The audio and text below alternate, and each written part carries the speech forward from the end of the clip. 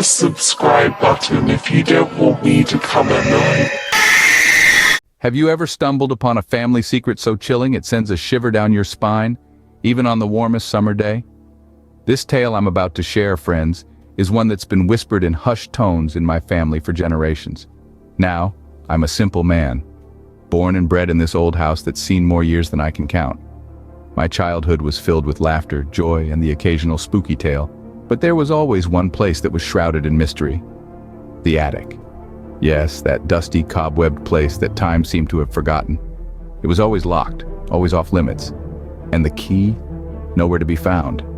The whispered stories of what could be lurking in there would make the hairs on the back of my neck stand up, even in the full light of day. And now, after all these years, I hold the key to the attic in my trembling hand. As the lock clicks open, a wave of stale, musty air hits me. It's as if the attic has been holding its breath, waiting for this very moment. The attic is a crypt of the past, a mausoleum of forgotten lives and abandoned stories. It's a dusty tapestry woven with the threads of yesteryears, a silent witness to the passage of time. The stale air is heavy with the scent of decayed wood and mildewed paper, a testament to the years that have slipped away, unnoticed and unremembered. In the far corner, hidden under a pile of worn-out clothes and old toys, I find an artifact from the past, an old weather-beaten diary. Its leather cover is faded and worn thin by the relentless grip of time, its pages yellowed and brittle. It seems to hum with a life of its own, a pulsating heart in this graveyard of memories. There's a name inscribed on the cover, etched in an elegant, flowing script. It's a name I recognize, a name that stirs up a whirlpool of memories. It's the name of my great-grandmother, a woman I've only known through the sepia-toned photographs and half-remembered stories told by my elders. Her life has always been a mystery to me, a puzzle with missing pieces. This diary perhaps holds the key to unveiling the enigma that she was. It's a bridge to the past, a window into a life lived long before I was even a thought. The diary feels heavy in my hands, not just with its physical weight, but with the weight of the secrets it holds. My heart pounds in my chest as I slowly flip open the first page, the brittle paper crinkling under my fingers.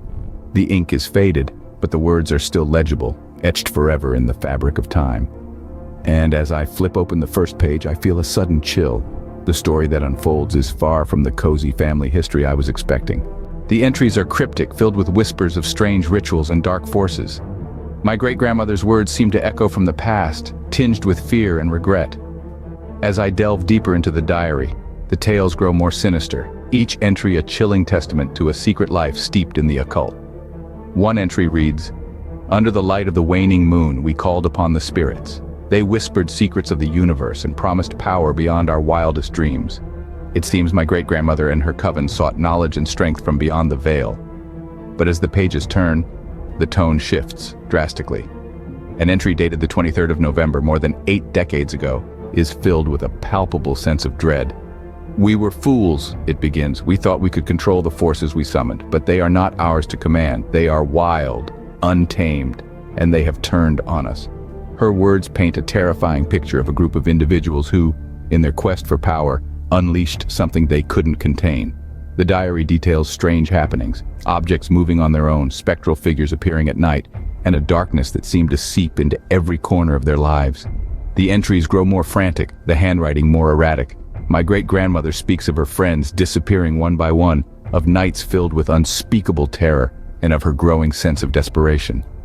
"I fear we have brought this upon ourselves," she writes, "and I fear there is no way to undo what we have done." The final entry is a desperate plea for forgiveness. It ends with a chilling warning. "May this secret die with me, for if it's revealed, the darkness will return." As I close the diary, a cold shiver runs down my spine.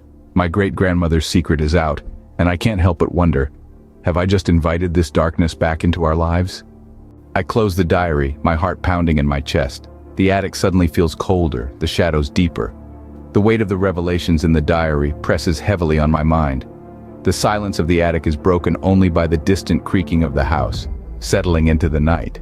It's a sound I'd always found comforting, but now it feels like a harbinger of something sinister.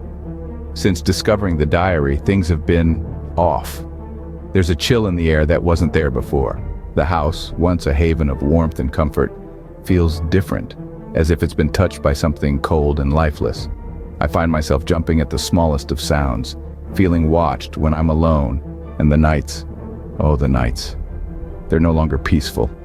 Dreams or perhaps nightmares claw at the edges of my slumber, filled with hushed whispers and faint cries echoing from the past. My great-grandmother's words in the diary echo in my mind, warning of a darkness that mustn't be awakened. But I fear it may be too late for warnings. Have I, in my curiosity, stirred something that was better left undisturbed?